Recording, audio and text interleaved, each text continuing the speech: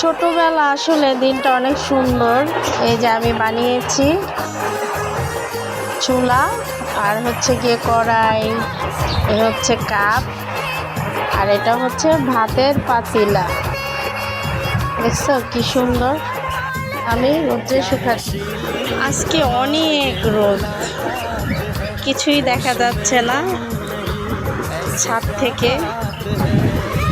তোমরা সবাই কেমন আছো? আমি দুপুরবেলা ছাদে উঠেছি। এই যে গাছটা, এই হচ্ছে আমাদের আম গাছ। এখান থেকে দেখা যাচ্ছে আমার পার্লার। দেখছো কত সুন্দর।